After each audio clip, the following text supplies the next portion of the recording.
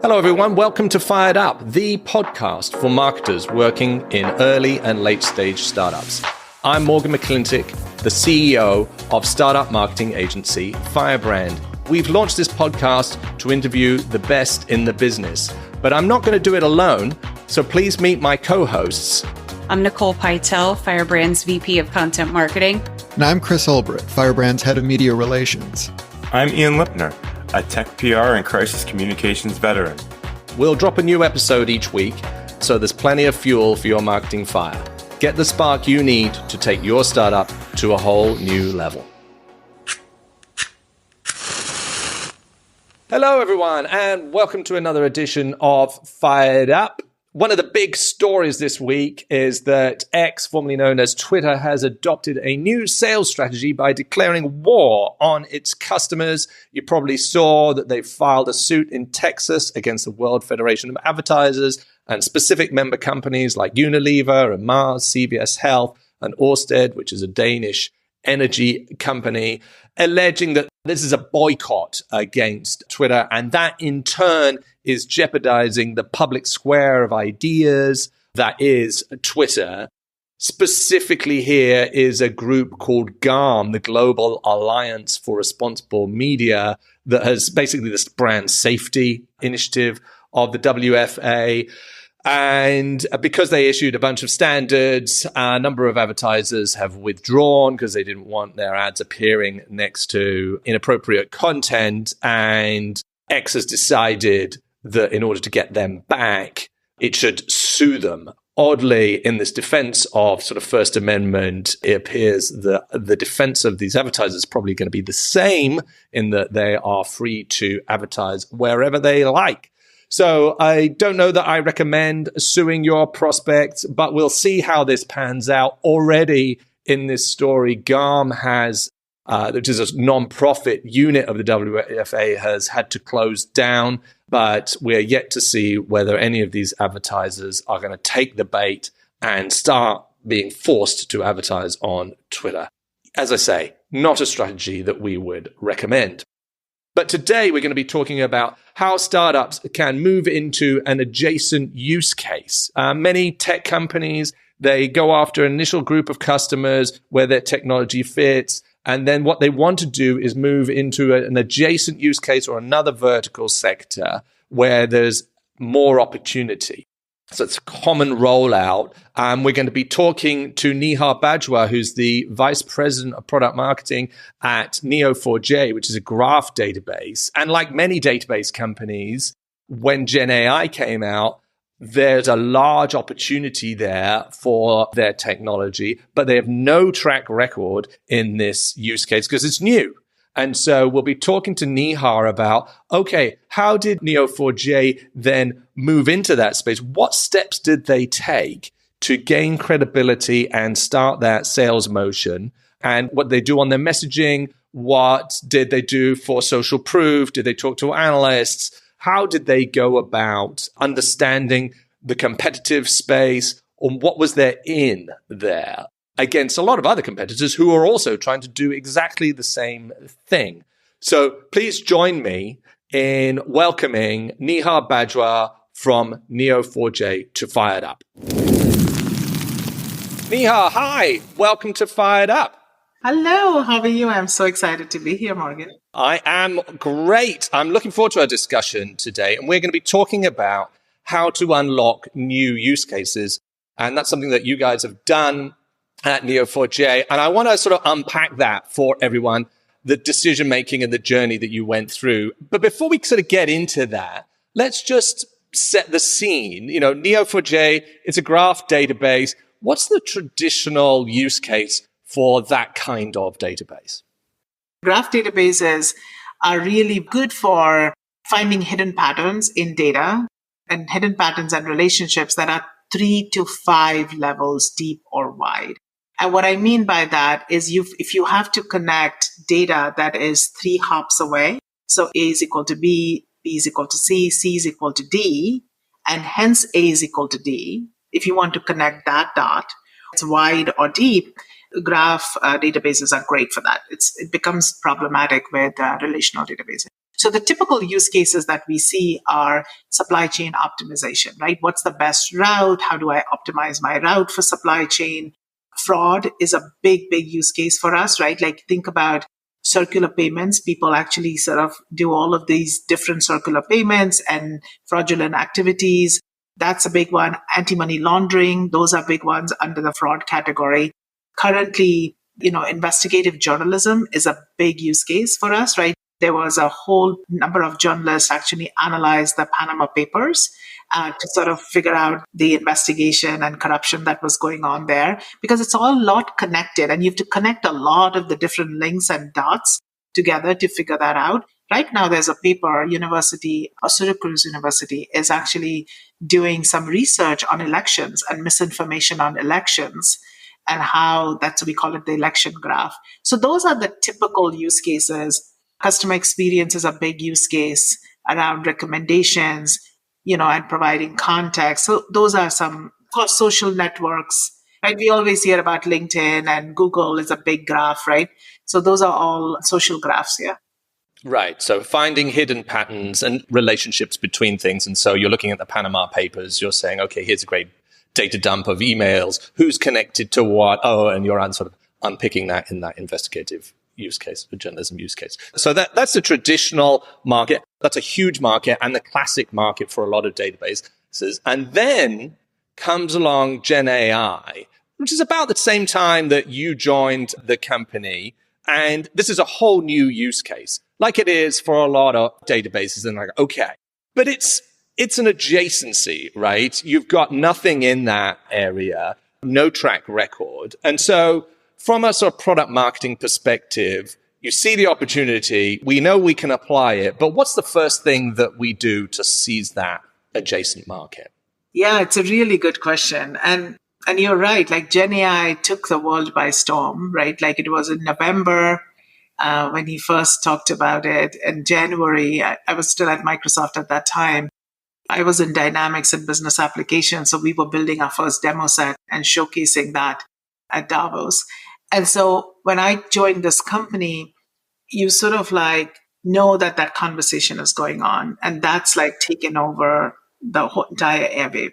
One of the big things about product marketing, which is where my specialty is identifying the right message for the right audience and surfacing it at the right time. There are three things that we sort of look at, and it's this art and science of finding that right message and surfacing it at the right time, right?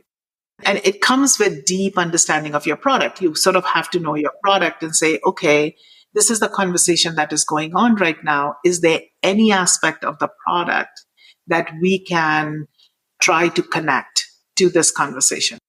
So when GenAI essentially came on, to your point, it was completely separate use case. It's all about productivity. And we have a database and it finds hidden patterns. Like, what has that to do with anything? But what we realized is very quickly, and this happens in any particular product or any new message that anybody's trying to develop, I sort of go for the pain points. What are the challenges with that particular message? Like, what are people talking about? They love this particular message or technology, but what are the problem statements or what are the challenges? And then do we have anything in our product to address that challenge? So with GenAI, for example, very quickly, once the hype settled down, like the early hype of productivity, and yes, we want to be productive, but very quickly you started hearing conversations about hallucinations. And so the problem statement and the challenge is hallucination. And in order to ground that GenAI or that ground that large language model, even OpenAI started to talk about vector databases as being the grounding database, or you sort of need data in a vector database for persistency, right? And that helps you with grounding.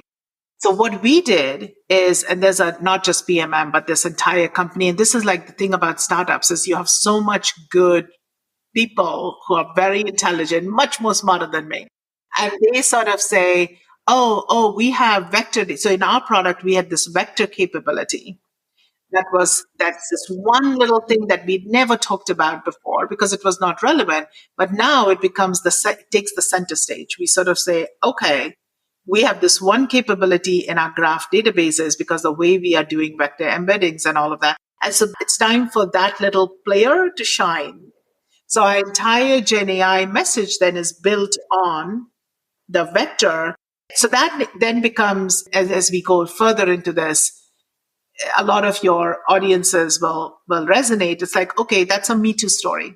A lot of databases and a lot of, they're saying that we have vector. So what's the unique secret sauce that you provide on top of that?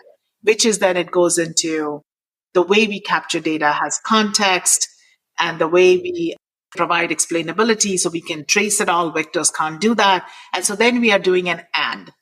And that becomes then the center stage. We're saying, okay, we're using vector to be that connective tissue into the problems, into GenAI, and then actually showcasing the entire product portfolio as the value added message. So that's the whole art and science of it. If I've understood this right, companies want to use GenAI. There's a problem with hallucination in that the outputs are sometimes incorrect. Yes. One of the strengths of a graph database is that it can connect the dots. It can say, hey, A is like D in the same way that you said. It can spot those incorrect outputs. So most databases, all databases can store a vector in embedding. It's just a data format. And a graph database is probably the same, right? But the way that you wanted to enter this is to say, oh, okay, we can be the knowledge store, the given knowledge for, like a RAG database might be. Yeah. But actually, the strength here is not the storing of the information. It is correcting that hallucination. So for use cases where the output has to be correct, and there are lots in financial services or what have you, that's the part that we play. And so normally you wouldn't have been picking that up because vector embeddings weren't a big deal before. But now you decide, okay, we can lean into this. Okay, so we've spotted, hey, we have a voice. We have something to say here when it comes to the GenAI use case. But then talk to us a bit about the sort of journey. Like, we want to go after that. Talk to us a bit about the journey as the company starts to sort of orient towards GenAI. Like, now you go to the website, it's the hero message on the homepage. We're all in. We're not giving up on our old use cases. But this is where the action is at and where you can get a bigger valuation for the overall business. So what steps did you then take? We've got to play, but how do we capitalize on that? As with any new message that you're trying to bring to market, you first have to make sure that it's credible from a product perspective. So our engineering team and product managers went into experimentation mode. They're basically building the prototypes, they're building the demos, they're building tools and technology. So they go into experimentation and prototyping. And we in product marketing are then doing messaging. Like, we're sort of saying, okay, assuming this is going to happen, what's the message? And it's a classic thing about what's the messaging document. And a lot of startups actually miss that step because, startups actually come from either they are founders who know messaging and they have it in their head. But the process of documenting it and putting it down on paper sort of clarifies a lot of things, right? And it's sort of like, and words matter because when you're trying to get everyone to use the same words. So that is the process. We start to, in product marketing or on the marketing side, we sat down and we said, what is the messaging? What is the 3 value pillars? What are the proof points we have for these value pillars? And we sort of go through our messaging framework. And then while the engineering team is, doing all of their work, as they are doing it in parallel, we're plugging that into the messaging. And so that becomes I call it our main hero documentation, or I call it our Bible or whatever you want to call it, right? That's like everything is based on that.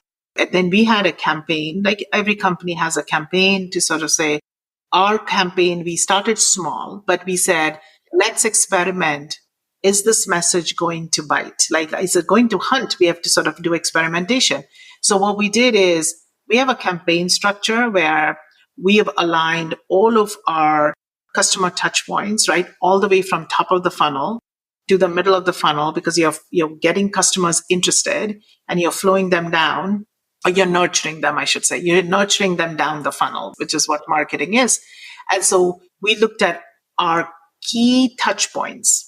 So from the top of the funnel, which is goes into even before the funnel starts, there's a whole preconditioning work that happens, right? So we then took our messages, we gave that to our teams within the company who are focused on preconditioning. So press releases or analysts, right? Like the analyst engagements and the industry influencers, we're getting in front of them. We have a big developer community. We are getting them evangelized and activated and basically saying, here's the message that you're going out with. And that took some time because getting everyone aligned on the messaging. In this particular one, our CEO was also involved because he wanted to make sure that it's a senior, like top-down message.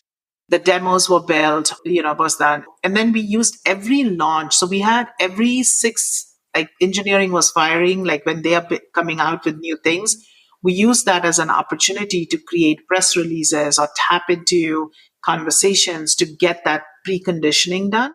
And then we picked a couple of engines. So we call engines, which are customer touch points. So email nurture is a big one. So we sort of picked up that one. And we started to get customers into our nurture programs. Website overhaul, like you said, website is a big one. So we started to really put that messaging that we had agreed to on our website. That goes through a lot of experimentation, right? So in January, the website, if you would have looked at it, it had slightly different message. And we learned that, okay, it's very high level. It requires change. By March, we had made changes to that message. In March, we learned that we were getting customers to come in and come to us. So we're attracting, prospects and people want to hear about it, but then we don't have enough content to keep them engaged. And so in March, then we went into that process of building new content and filling that up. So it's an iterative process. This is the thing that I really like about marketing and product marketing in general, particularly for a smaller company and a startup, is as new things come up, you can iterate. You don't have to have all of the answers. You can put stuff out there and just read the signals that are coming in from your market and make changes iteratively. Yeah. And I think this use case is a great example of that, moving it, because nobody knows, even now, we don't know what AI native applications are going to be like. We're still moving through that. And so everyone's sort of learning. And so, there's a sort of malleability to the messages there. So you have customers, I'm using you for fraud detection. That's how I have you in that bucket. And maybe you're working with the fraud detection team in a large financial services organization. But the GenAI team is maybe different. And so did you find the biggest opportunity among current customers who are already familiar with the brand and the product? And so it's a sort of cross-sell. Or did you tend to kind of go out and go, all right, well, we're just going to go and find new use cases because the head of GenAI is not the head of fraud detection? This is a classic thing. Any company will say this. And I think Forbes did a study where they said it was 5 times more expensive to acquire a new customer versus cross-sell to an existing customer. And so you sort of have to use those principles and say, for us, it's always more, I don't want to say easier, but it's a lesser hump to get over if you are graph aware. You already know what graphs can do for you. So we don't have to educate you or educate the customer on what is graph. And so we start to then explore on what are the new use cases of graph. The thing about GenAI, what we also learned in this whole process is even though we thought it was a new use case, even though we thought it was a completely new use case, it's actually not. It is a combination of one of our existing use cases. So I'll give you an example. I was talking to a sales leader yesterday, and we were talking about GenAI, and we have we are building a lot of pipe for GenAI, and our customers are really interested. But the customers that are truly, we're finding most success is customers who are using us for supply chain or using us for fraud. And then they are sort of looking to add in GenAI to boost productivity or to democratize that data for supply chain or for fraud. It's a combination of our traditional use cases and applying GenAI to that. Customer experience is the one that it's one of the most adopted use cases or being looked at for GenAI. So for us, if we find that sweet, happy balance where it's much more easier for us to go have that conversation with an existing customer. What has helped, though, with GenAI is we are getting up in the stack. What I mean by that, a lot of our use cases, whether it's supply chain fraud and all, a persona, and that's another thing for startups to know, who is your persona and whom are you talking to? Our persona is usually a developer. A developer sort of says, hey, this is the right database for this application, and I'm going to build this application and use this database. With GenAI, the initiative is more on the top level. So the CIO is really looking at the GenAI stack. There's a separate GenAI department that is getting stood up, right?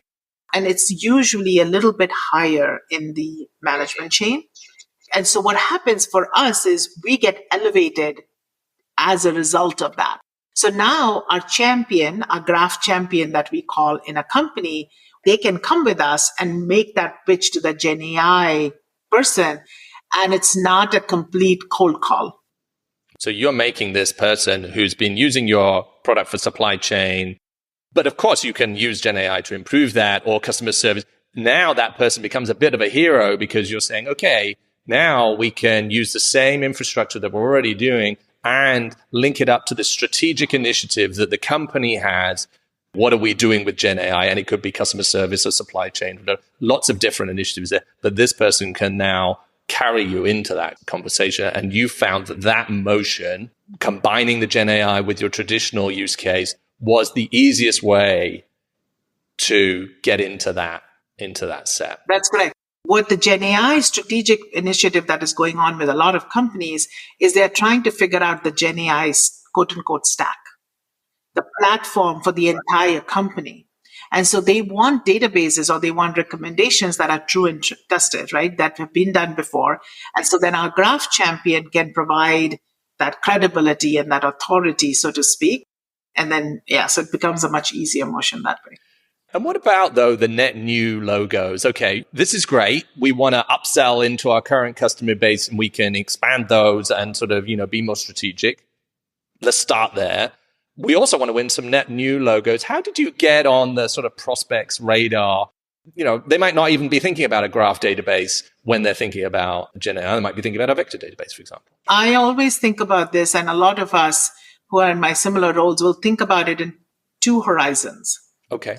There's a marketing campaign, which is actually for the longer horizon. Like you're like sort of almost 6 months, 9 months down the road, and you're sort of building that top of the awareness and you're trying to nurture them. And then there is this smaller horizon where we live in the quarter and we try to help sellers increase the close rate. So there are two different horizons, right? And so when we think about new customers and new logos, it's a little further down and we have a little bit more time to nurture those customers. And so your classic marketing campaign, it's a very exciting time right now to be at Neo4j because GenAI almost has given us this so much mind share. And, for example, Microsoft is writing about this new term that is getting coined. To your point about GenAI is moving so fast. So in January, GenAI was all about vector that we talked about. In March, we had started to talk about knowledge graphs, that you really need a knowledge graph to be able to ground your data. The conversation had moved beyond vector because vectors can't scale for production. And for everything you mentioned earlier on, 2 months later, so we are in July, the conversation has now moved to something called graph RAG. And graph RAG basically means doing RAG, which is retrieval augmented generation, backed up by a graph. It is a conversation, like it's the thought that has been promoted by leaders and researchers at Microsoft, at Google, at Amazon, and of course, Neo4j. And so ML has, like our CEO has written a graph RAG manifesto. And so the point is that then helps us generate new leads and new logos because there are new people who are now getting interested and they see what their peers are doing. So it's two different horizons and being able to keep that in view is important. You initially thought, okay, hallucinations, that's our entry point into this. And then as you sort of explore it, you're like, okay, that gets us in the conversation. But you have to be a fairly sophisticated buyer to kind of know, okay, the hallucinations was an issue before you even get there. And now you're like, okay, everyone wants to build up a RAG database. And actually, it's not just a question of just storing the embeddings. And graph databases are good because they're good at finding similarities, and vector databases are all about similarity search, right? But now you need there's this new concept of graph RAG. And so here we go. And we're going to talk about that as almost like as a category, or almost as a category, I'm going to say. And so you're sort of going on this journey. Talk to me about the roadblocks that you had as you went through this journey. What roadblocks did you bump into? What was harder than you thought? And conversely, what's been a lot easier than you would have thought? Hey, moving into this new whole sector, actually, this was a lot easier than I would have initially imagined. So I think the challenge has been the pace. Right. I talked about the process of getting the messaging down, and it takes a while. It takes a little bit of time getting everyone aligned on what the messaging is. And right as you sort of put that ink down and it's not even dry, it's time to change it because it's moving so fast, right? And that has been not a roadblock, but a challenge, because that basically means we've got to really keep up with it. And what happens in a startup or mid-sized company, it is manageable, but it does create an amount of confusion because it feels like we are not letting the dust settle and we are changing the messaging. Like it's almost like, no, yesterday you said it was A and now it's B. And it creates a sense of we don't know what we're doing to the sellers or the marketers, to the receivers. So that's been a little bit of a mindset shift. Yeah, I can get that. It feels disorganized if you keep changing your message, and we're trying to be responsive to demand in the market, but we're not trying to disappear off over the horizon with the latest bleeding edge messaging, because many enterprise, like we're trying to sell into a mid-size and enterprise customers, they're a much earlier stage. And so we could end up messaging to just the very small number of people right at the top here and miss the main market. And I guess internally, of course, if you keep changing the messaging, like, okay.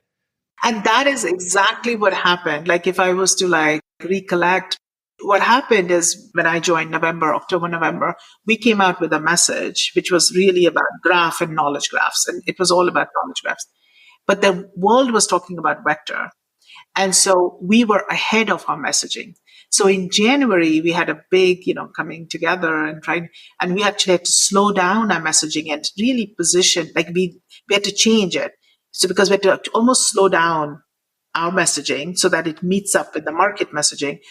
The good news is, and this is where it's been a little easier, is because we were ahead of the market. So we had our original, we had all of that done. A lot of the industry experts have been pinging us to say, particularly we have some advisors helping us on our web and analysts, and they're like, how are you able to keep your message so current?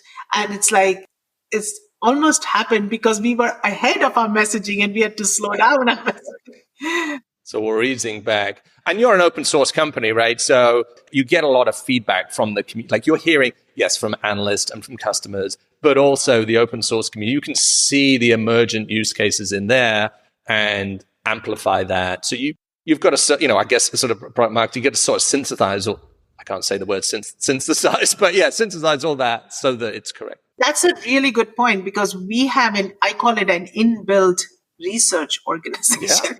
Right? Because at Microsoft, for example, we would have to go out and do big amount of research. Here we have this community that is, and it's a vocal community. They're not shy to speak up.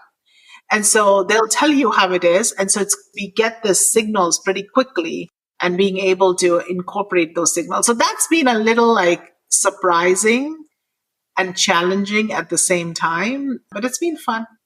So graph databases has already been this sort of defined area of the market, very different from other types of database. Now the AI use case comes up and, it just brings you into a new competitive set, like say RAG, there are the new vector databases, Pinecone, Weaviate, etc. There are all the traditional data. Mongo is going to say, hey, we can have a module to store vector embeddings. And, everyone's got an argument, right? And probably there are good use cases for each of these. How do you go about, just from a product, educating yourself about, the competitive set, what's important, what's not, and then I guess the sales teams, supporting the sales team about, okay, well, when we come up against, this is a Mongo shop, we're coming in here. How do we compete with their module of Atlas or whatever it is that does vector? And then, the vector guys coming in. It's a really good question. Thankfully, I don't have to do it. I have a very, very good team. And to your point about there are people here so much smarter than I am. But the thing when we did that messaging that I talk about, right? So in our messaging, and this is a classic messaging framework that a lot of your listeners will relate to, is you actually have to go into who are you competing with, and you have to identify your competitors. With GenAI, because it was new, we had to really do some soul searching and say, okay, who are we competing with? And there are so many, because suddenly you are, to your point, that the space just exploded, right? And so we have to think about three, like in our world, we thought about three different categories of competitors. One competitor is this vector database, right? Alone. And then you sort of say, okay, what is our point of view? What's their point of view? And sort of do a SWOT, like a strength, weakness, opportunity, threat work. The second category is, it's actually any relational database, any SQL-based database, because every database, and I say this to my team, if I was not working at Neo4j, I would be working for another database company. And what would I say? But they are SQL-based databases and, the data warehouses of the world. And what would they say? And you do the strength, weakness, opportunity, threat. And then the last step of category, which we say is no SQL category, right? So these are your MongoDBs and your Redises and all of them. What are their strengths and what are their weaknesses, and how do we differentiate among them? So we sort of create this differentiated positioning against each one of them with clear documentation, so to speak. And then that became part of our messaging, documentation. But then that becomes the basis for sales enablement, right? So we said when we go, because this is a new message and it is a lot to digest. One of my big learnings about GenAI is that, and this was the one that took me by surprise, it seems very high level. Like it's like, oh, it's a very shallow message. Like all you're doing is productivity and you're trying to improve productivity. But it gets deep very, very quickly, because as soon as somebody says, okay, then what do I need to do? It becomes really about orchestration engines and LLMs, large language models and databases. And it sort of gets very technical very quickly. And AI models and small language models and it's just a lot of the different ones. And so we have to really educate our sellers, right? You have to educate your sellers, not just on the high level messaging, but how does the stack really work? And so in that, then we do it by those competitive categories and say, okay, if you come across Pinecone, here's where they are good for. And here's where your customers will complement a Pinecone, right? With a graph database. Or here's your positioning against a vector only database. It could be any database. That makes great sense to me, because you put people in the classic, hey, vector databases, SQL, no SQL categories. There are going to be some use cases or some customers where, one of those are frankly going to be better for what they need. And we're going to waste sales cycles trying to sort of come second here. And we need to learn what we're good at, right? And we might think that we're good at lots of different things. And, in theory, that might be the case. But at scale or for their particular infrastructure, it just doesn't work. And so I think there's a humility in here, and just sort of the role of product marketers to go, okay, I know that we could in theory address all of this, but this is where we're really strong and we should lean into that, because otherwise our win rate's going to go down. Like I like the messaging, and honestly, get the messaging right. Don't work it out in the press release when you're about to announce it, because that's often where startups do this, and you've got it back to front at that point. I'm interested in social proof. Okay, we've identified this use case. Like we're in customer service. Customer service has got, we can do chatbots and all that kind of stuff and automate customer service. Graph database would be great for that. How did you get the validation for your champion? They're going up to the C-suite and saying, hey, we could use Neo4j for this. How did you get the validation, get people over the credibility hump that, okay, this is actually something that we should do when no one's done it? Yeah, and I have to say again, product marketing, not sure can take the credit for it. It is about that community and activating the community, right? So we have a team here that is developer relations and DevRel, developer relations, and also some of our engineering people who are very, very deep and very credible in the space, right? So we have Andreas ABK, we call him Andreas, but he's like very, very credible. Like he has a fan following. Michael Hunger, he has a fan following. Like people really look at him. There's Tomas, who's actually one of the big influencers in graph space. And so they started blogging about it. They're really putting blogs out there. They're sort of like putting out why vector is not good enough, why knowledge graph is good, or building new GenAI use cases using knowledge graph. And there's a lot of material that they started putting out and working with the influencers and the academic influencers in San Francisco, for example, who are really the thought leaders of driving GenAI to sort of include Philip Ratti is, I don't think he's sort of constantly traveling, trying to like educate the gurus, as you would say, of the GenAI world, the think tank. And that sort of then helps us from a social proof standpoint. Because this social proof is not, it is very much bottoms up. It's the developers who are making that decision, and they're telling their organization what the right technology is. And as much as one thing I will say for startups as well, and this is another lesson in humility, so to speak, and I've learned this over my 25 years of product marketing, it's always better for somebody else to say outside the company than for us to say from inside the company.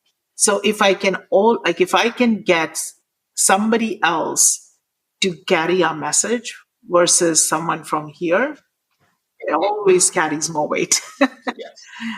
I'm a PR guy. You're preaching to the choir there, like the third-party validation is important. So it sounds like you had some thought leaders within the organization who you'd built up through executive visibility, their following, and you identified members of the community, the open source community, the dev community through your DevRel thing, who are outside the company, but you maybe amplified them. Maybe they could do guest blogs on your blog, or, bring them into a webinar or whatever to sort of add more community. Maybe they do videos or what have you to add more community message to this, plus the analysts, etc., to try and sort of build this groundswell of positioning and sort of comfort level. And DevRel did an amazing job. And DevRel in any organization, like your developer advocate, so to speak, in any organization, particularly B2B tech, if it's a technical product like this, will take that cause, right? And so in the saying, we have an individual who actually started a whole meta series. And meta series is essentially a YouTube channel. Every week, they were picking up a topic that was specific to Gen AI and educating. It's more about educating about why our technology is the best technology for. And so there were 21 episodes. And so 21 episodes is a period of like 3 to 4, even more, right? 6 months. And that's that constant drumbeat that developer advocates are putting out there, which then get picked up by others. And so, those are the things for social amplification. And then you start to get the customer endorsement, which I know that you've got a lot, like the whole voice of the customer, and that sort of plays in.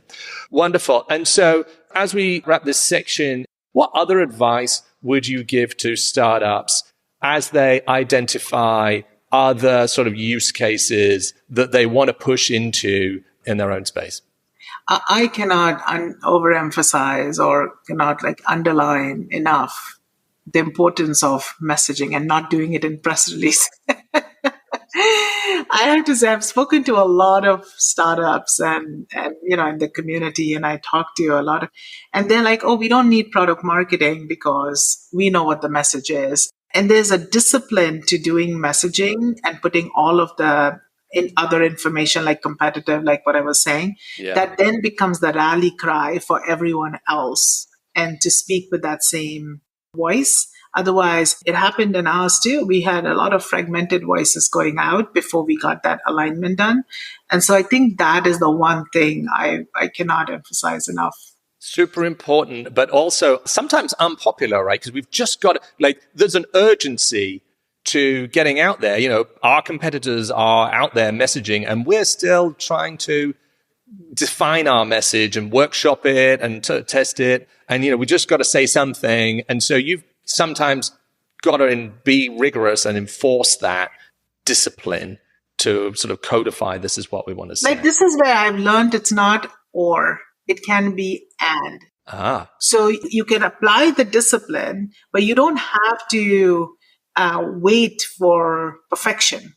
You have to sort of get it even 50% right, like at least the act of doing it and starting to get it, and then put something out there, and you'll get the signals and then be open. And while this is going on, so I usually say to my team and to everyone here, I say, listen, it's the iterative process is what you want to go for, but you want to hold the discipline of messaging. And the workshop happens in the community. It doesn't happen in a kitchen, like in a back room somewhere. It actually happens right out there. Wonderful. Our next section is called a Fired Up 5, and this is our quick fire round where we're going to ask, a few more sort of personal questions and sort of more general sort of career stuff. Are you ready? Oh, I don't know if I'll ever be ready for that. Let's find out. So what would you do if you weren't in marketing? My parents had wanted me to be a doctor. And so perhaps that, all Indian parents want their all kids to be doctors. And so I was part of that. But I think on all seriousness, if I'm not marketing, I'd probably be a gardener. I love gardening. That's where I spend my time. And so probably give this all up and go gardening. From the frenetic world of marketing to something more sort of structured and peaceful, but same long-term to gardening. What's the best career advice that you've ever been given? Be open to different experiences. But now what I mean by that is because I started my career in product management really, and then went into product marketing. And product marketing, the way the industry classifies it is with a small m, right? You're focused more on content. And one of the best advice one of my mentors gave me is be open to all of the other experiences that come in marketing. Like be open to the big M of marketing and go out and get those experiences. It's okay to slow down your career to go get those experiences because that is worth a lot more and you'll have more fun doing it. What book do you most often recommend? There are two. I sort of talk to my team quite a bit about. One is, I don't know if you've, nonviolence communication. I haven't read that, no. It's a wonderful book. It's about finding the balance and how do you communicate and be heard, where it's a conflict-driven world. There's either, and when I say conflict, there is communication conflict and how you say, how you're heard. So it's a really good book about nonviolence communication. And then the other one that was given to me and I thoroughly keep going back to every time is The Power of Now by Eckhart Tolle.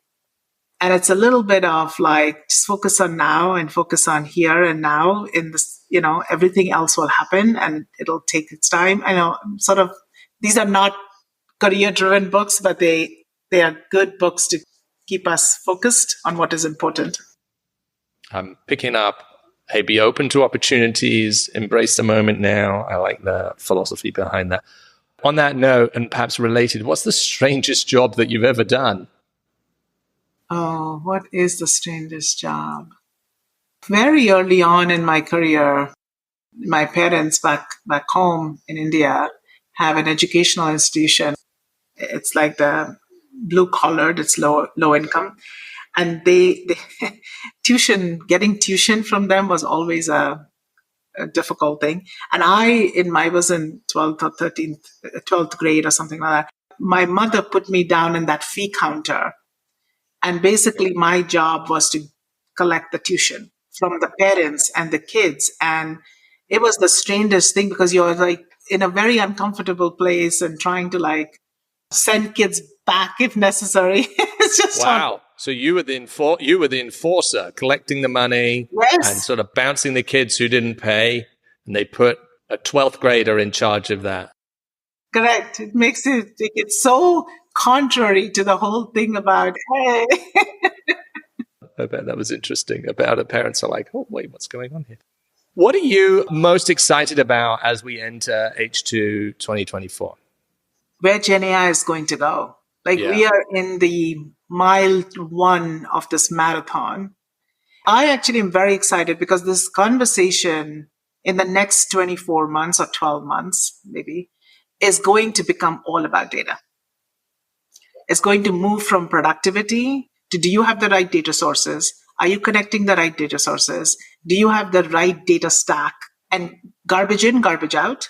And so the conversation is going to turn to data structures, data models, and it's going to be, we are on for a fascinating journey. Yes, it's a great time to be in tech and in this space. Yep. Neha Bajwa is the Vice President of Product Marketing at Neo4j. It's a graph database company with strong application in GenAI, as we've just been talking about. Neha, thanks so much for joining us today. I've really enjoyed talking to you about this. Fascinating and just, very successful at attacking that market, which I appreciate the insight into it. If people want to get in touch with you, where should they go? I'm on LinkedIn, Neha Bajwa. Yeah, and they can just touch base with me there. And I usually keep up with my LinkedIn messages.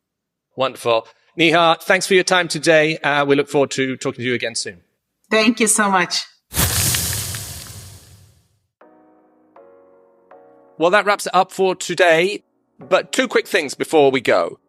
First, we've just published our Startup Marketer Outlook, which is a report based on a survey of over 250 senior marketers at early and late stage startups, all about their plans for H2 2024. So please go to firebrand.marketing, and in the resources section, you'll be able to download your copy there. Second, if you've enjoyed the show, please give us a rating or a review. Obviously, subscribe. We really appreciate that, since that helps others discover the show. Thank you for listening, and we'll see you next week. And in the meantime, get out there and crush your marketing goals.